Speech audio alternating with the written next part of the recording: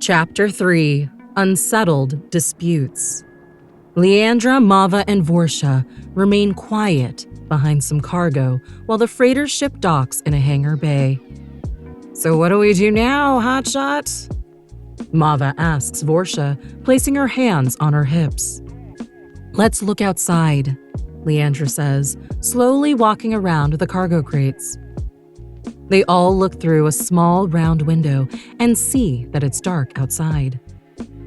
A huge metallic building, rectangular and wide, surrounds them completely. "This is the industrial district," Mava says, "where they extract energy from the sun and people into cells." "You've been here before?" Leandra asks. "Nope," Mava replies. "Anyone seen here is probably shot on sight." Suddenly, the back hatch opens. A man in dark clothes and glasses walks into the cargo hold. "We know you're there," Leandra says loudly. "I'm ready," Mava says. She looks over at Leandra with her arms up, ready to fight, Leandra following her motions. The man jolts back for a moment, startled to see them. "Wait, no! It's you!" the man yells. "Who are you?" Leandra asks. "I'm Osmond," Osmond says. He puts his hands up in a gesture of peace. "Don't worry, I may work for the Pharaoh, but not directly. I can't believe you guys stole on my ship.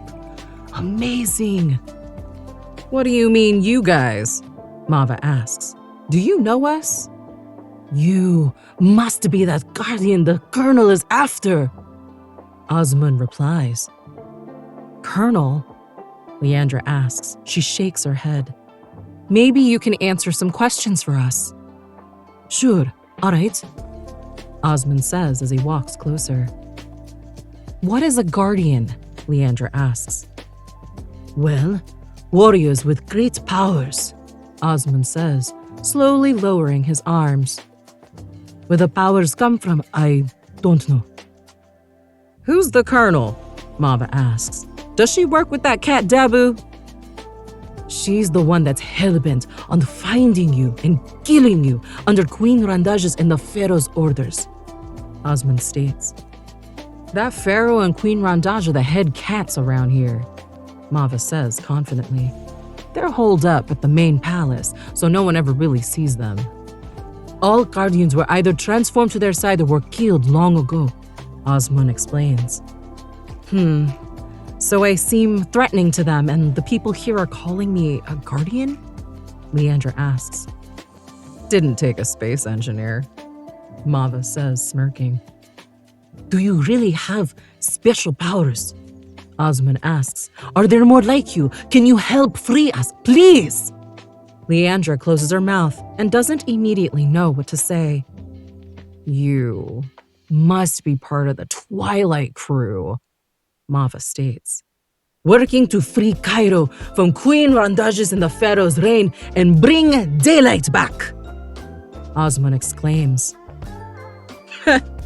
"I think your brain has fallen out," Mava says, shaking her head. "With what army?" "Well, there's more of us, but if you really do have these powers they talk about, we'd have a great advantage over the army," Osmond says, moving slightly closer. "Just us? Against all of them?" Leandra asks. She feels a sinking sensation in her stomach, realizing how far they've meddled in the affairs of Cairo.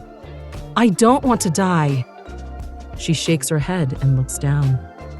"Isn't there some sort of plan?" Mava asks. "Well, we're working on that," Osmond says. "Vorsha?" Leandra asks. She looks down and notices Vorsha is gone. "No! Where did she go?" Mava asks. "She was right there." "That weird floating amulet?" Osmond asks. "Oh, it went that way." He points to the open hatch and toward a building. "Well, she probably has some type of plan," Leandra says. Yeah, run around aimlessly, Mava says, shaking her head. I'm just joking. She always seems to find a way out of any situation, so I trust her. Let's find her. That weird floating piece of jewelry has a plan? Osmond asks, looking puzzled. Well, yes, Leandra says, rubbing her head slightly. Sort of. Well, we'll get things under control. Come on, Leandra, Mava shouts. She runs off and motions for Leandra to follow. Wait! Osmond yells. Please, will you help us? I was hoping to find out where our missing crew members are here at the industrial plants. If you see some of my people trapped, please help them. Leandra stands cold and silent, thinking about what she's getting herself into. She realizes she can either continue to run or face what's threatening them head on. I'll do what I can. If I can help without endangering my friends, then I'll do it. I'm not sure exactly what we're capable of, but I know we'll find some way to bring peace, Leandra says, looking intently into Osmond's shaded lenses, unable to see his pupils. Oh, thank you, Osmond says with delight. Hey, wait, take these outfits and gear. He opens a box with black bodysuits and headsets. They were supposed to be used for the agents that were going to find you guys. Hopefully not having any gear will slow them down, Osmond says, handing them the equipment. Good luck. He stands silently, watching them run out of the docking bay. Thank you, Leandra and Mava say together. They change outfits and head toward the industrial building. They find a way to walk along the roof and search for a way inside. We can talk to each other with this gear, Leandra, Mava says, pressing something on Leandra's headset. Leandra hears an electronic voice in her ear. Maybe we should split up? I'll admit I'm scared too, but we don't want to spend too much time together. It draws attention. Okay, I'll go through this shaft, Leandra says. She points to a small opening just big enough for a person. I'll take this ladder to the roof, Mava says, pointing upward. Keep in contact, Leandra replies, lowering her voice as they separate. Vorsha hovers through piping covered in labels depicting skulls and corpses. Are these pipes used to transport dead bodies? Vorsha wonders in disgust. After passing through the pipes, she arrives at a courtyard inside the industrial building.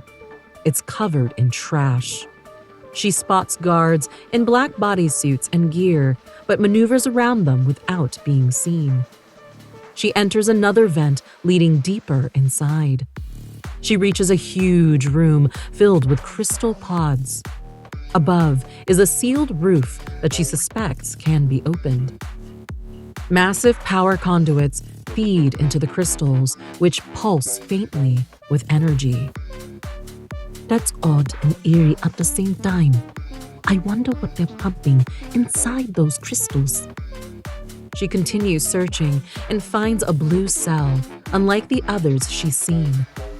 Suddenly, a guard wearing the same black bodysuit as Leandra and Mava grabs her from behind. Vorsha zaps his hand with energy and slips free. She darts through another shaft, but this time falls into a sewer drain and is swept into the sewers by rushing water. Leandra arrives at a security room filled with guards watching monitors. Crystals sparkle in different colors, one of them glowing blue. She remains in the vent, observing from above. She moves silently into another room, empty this time. This looks like a storage area, maybe where the guards keep their things. She lowers herself into the room and checks the lockers, finding a guard's suit her size. She slips it on over her own suit and exits into the hallway. Leandra can hear voices in the rooms around her. She attempts to enter some of the other doors, but they're locked. One room she's able to enter, though, is a display room with holographic visuals all around. She accesses the freight routes and plots a new ship route for a freighter that is currently docked, ship B798L. Leandra contacts Mava and asks her to access the freighter bay to get to the ship in Hangar Bay Orem. Mava confirms and moves swiftly across the rooftops to find Hangar Bay Orem and a way in. Meanwhile, Leandra finds another route to the Hangar Bay through the building. Shocked, she discovers unconscious people trapped and hooked up to cylindrical contraptions. She studies the piping connected to them and senses energy moving through it, flowing upward toward the roof of the building. "Mava," Leandra whispers, "there are people here who seem to be trapped. It looks like their energy is being drained from their bodies." A tear wells in the corner of her left eye. "Leandra," Mava says, then pauses. "I'd hoped you wouldn't see that. I hoped I was wrong. But yes, these people are having their energy sucked dry. The royal family uses it to power the cells we rely on for our devices. You shouldn't be looking at that." Leandra lowers her head for a moment as tears roll down her face. "How could those monsters do this to these people?" she asks. "I knew you'd probably get choked up," Mava whispers back. "Hey, look. There's nothing we can do about this right now. You need to meet me here at the hangar." There's a long silence before Leandra speaks again. "No, we can't just leave these people here, Mava. This is wrong." "Oh, okay, fine," Mava says. "Do you even have a plan, Miss Tornado?" "Come meet me at the holding chambers," Leandra states. "You can probably use your headset to locate it." "Okay, fine. Meet you there," Mava replies, then cuts the connection. She slumps back against a wall for a moment, thinking, "Well, if she hasn't gotten me killed already, maybe it'll stay that way." Vorsha continues getting sucked down into the sewers until she hears a clunk as her amulet hits the bottom. She musters enough energy to hover out of the water and explores her surroundings. Ancient glyphs and hieroglyphics line the walls, along with ornaments from ancient people of Earth. What life must have been like back then? She thinks about what humanity endured when their planet was conquered and feels their pain. She thinks back about their civilization's destruction as she sees flashbacks of the 2300s, when Earth fell and life as they knew it ended. Why am I seeing this? I don't want to see this right now. More memories flood her mind. Images of ordinary people struggling to avoid the wrath of chaos, which Vorsha sees coming to dominate Earth. In her mind, powerful energy weapon fire streaks across the sky, disintegrating entire buildings. Disoriented, Vorsha turns away from the imagery and continues searching for a way out of the sewers. In another part of Cairo, Scorchers capture Chaths and interrogate him for the location of the monk village in the desert. Beaten physically and mentally, Chaths finally reveals where he believes the village is. The Scorchers leave Cairo, preparing an attack to take over the settlement. Chaths passes out from his injuries, barely clinging to life. Leandra sends a comm signal to Osman, contacting his freighter and asking him to meet them at the holding chambers with an army to help free the prisoners. "Osman, we've found your people. They appear to be okay for now," Leandra says. Osman enthusiastically agrees to help and is relieved that Leandra chose to assist him. Vorsha makes her way back to the surface and sees Osman's ship landing. She waits for him to exit, but when the doors open, dozens of people begin to emerge. They must have been hiding in those huge crates on his ship. Clever guy, Vorsha thinks. Vorsha, Osman, and Mava eventually reunite with Leandra at the holding chambers, along with the crew Osman brought. Together! A guard shouts, motioning to his team. They open fire on Leandra and Mava. Leandra and her allies battle the guards while protecting the prisoners. She uses her wind powers to push back as many attackers as she can, until she notices dark, twisted creatures approaching. What are those? Mava yells, scrambling for cover. Osman and his crew concentrate their fire on the creatures as they charge forward. No! Leandra shouts. She closes her eyes and summons a powerful gust of wind, forcing the creatures back.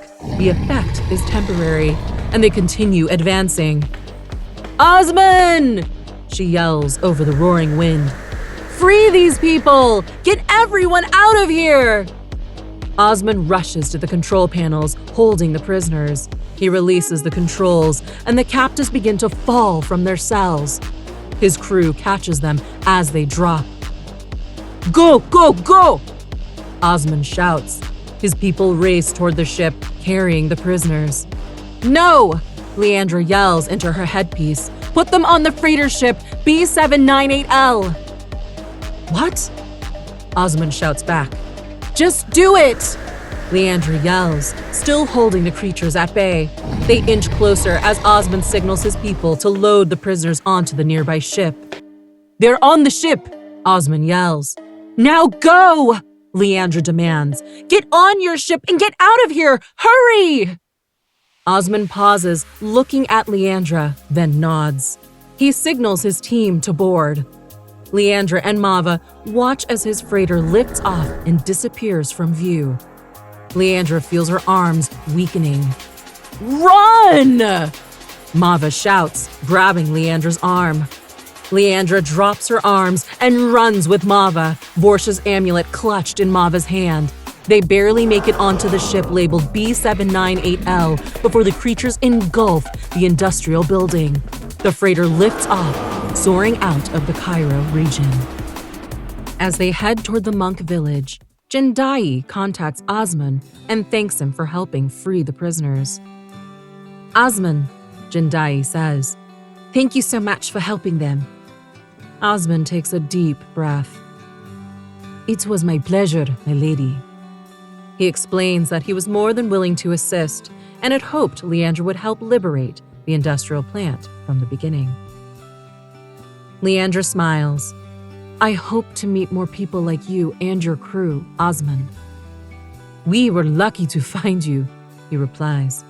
This changes everything. You have no idea. Oh, shoot, we're about to enter a silent zone. Keep in contact, Leandra. His transmission cuts out. Leandra, Mava, and Vorsha arrive at the monk village aboard the freighter. They spot a large group of scorchers advancing across the desert. Some have already entered the village, and fighting has broken out between them and the monks. Hurry! Mava shouts. She lands the ship in the center of the village and throws open the hatch. Leandra immediately unleashes powerful gusts of wind, blasting scorchers away. Mava grabs a weapon and opens fire. Vorsha sends pink energy ribbons streaking toward the attackers, knocking them unconscious. Race! Leandra shouts. She spots him struggling against a scorcher she recognizes. That one's mine! Mava yells. She charges toward Race and the scorcher.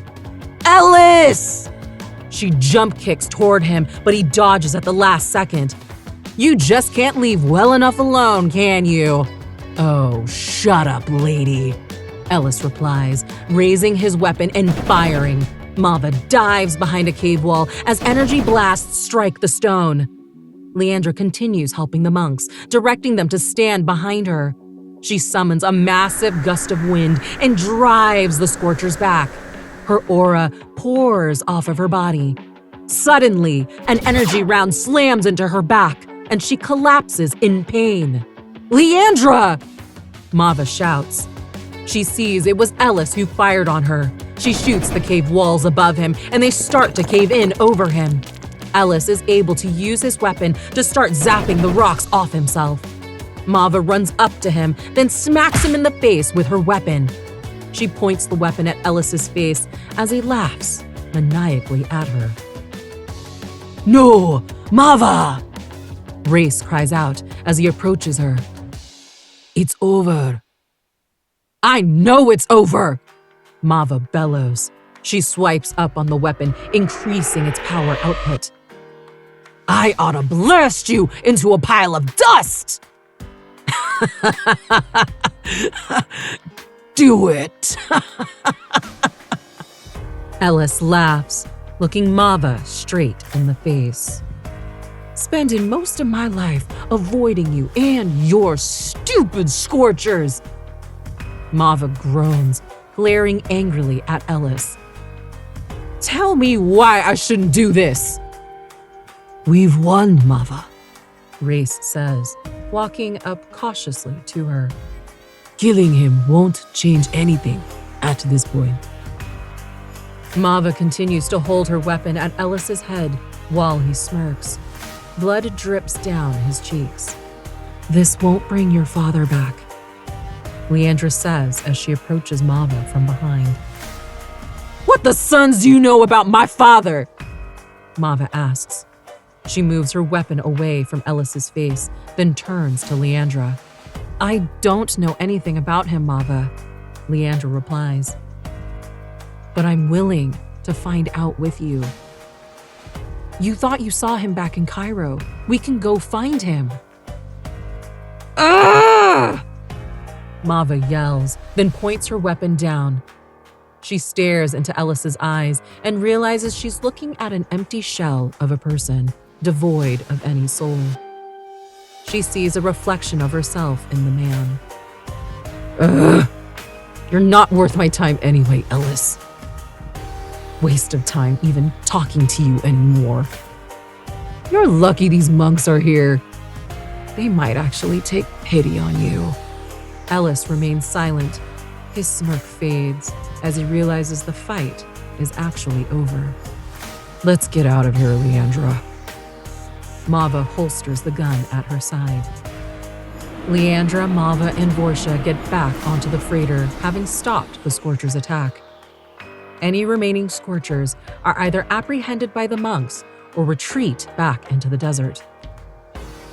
Race arranges for some of his people to accompany them onto the freighter while helping the prisoners off the ship and into the village where they receive healing. Mava activates the navigation and shuts the hatch doors as they take off back into the desert. "Leandra," Jindai asks, her voice heard through her headpiece. "Mava, Vorsha." "Yes, we're here, Jen," Leandra replies. "What's happening? How are you able to contact me?" "I can explain it when you get here," Jindai says. "The Twilight crew has started a revolt here in Cairo. Please hurry and meet me at the Cyrax building, 97th floor." "We're on our way," Mava shouts, programming the destination into the navigation controls. Back at the royal palace, Colonel Femi continues influencing Aine, convincing her she should be queen and wouldn't have to put up with her parents or siblings anymore. Aine begins to understand Femi's point. Femi gives her another gift, a holographic box that, when activated, can display the most likely future. Aine looks into it and sees her family destroyed, and the royal family's reign over Egypt ended.